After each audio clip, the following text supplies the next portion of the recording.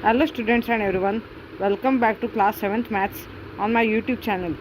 We will begin chapter 10 banks and simple interest on textbook page number 70. Have you seen a bank passbook? Observe the entries made in the page of a passbook shown below. The given table is the bank passbook. First one, 2nd February 2016. You have deposited cash amount 1500 rupees and the balance is 7000 rupees. So here you have to write on 2nd February 2016 the amount deposited was 1500 rupees and the balance 7000 rupees. Next, on 8th February 2016, suppose if you are working somewhere, the company gave check payment 5000 rupees and this is the check number.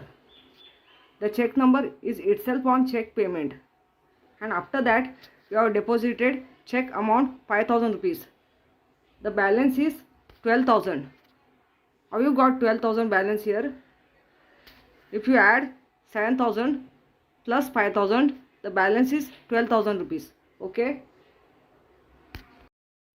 On 12th February 2016, you gave check payment to someone and the check number is itself on check payment even if you gave check payment to someone. The amount was taken in the bank is 3000 rupees and the balance will remain 9000 rupees. If you subtract 12,000 minus 3000, the balance will remain 9000 rupees. Because you gave check payment 3000 rupees to someone.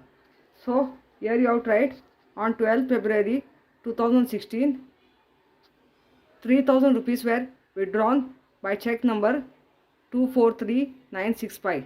The balance was 9000 rupees. On 15th February 2016, you have taken an amount 1500 rupees by yourself by giving check to a bank. So the balance is 7500 rupees. If you subtract 9000 minus 1500, the balance will be 7500 rupees. On 26th February 2016, you got an interest 135 rupees from a bank. If you add 7500 plus 135, the balance will be 7635.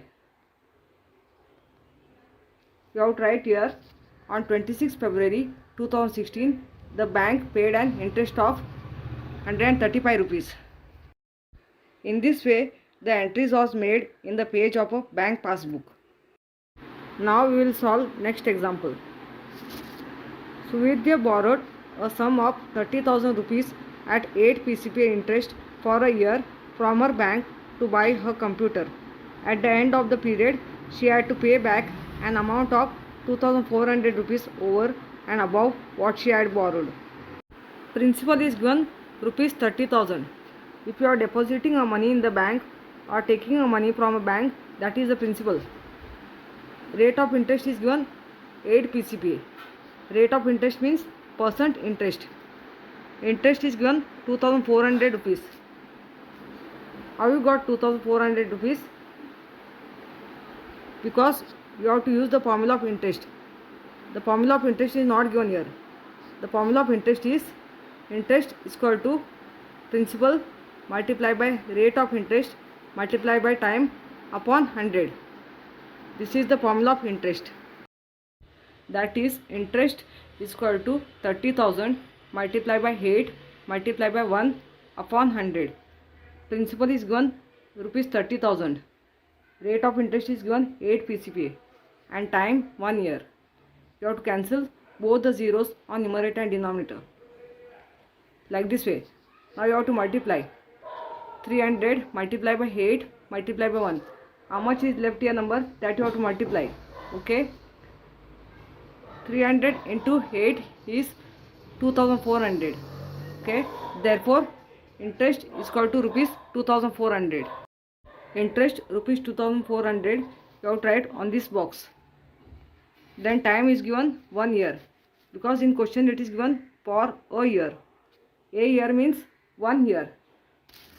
So time you have to write 1 year. Then you have to find an amount.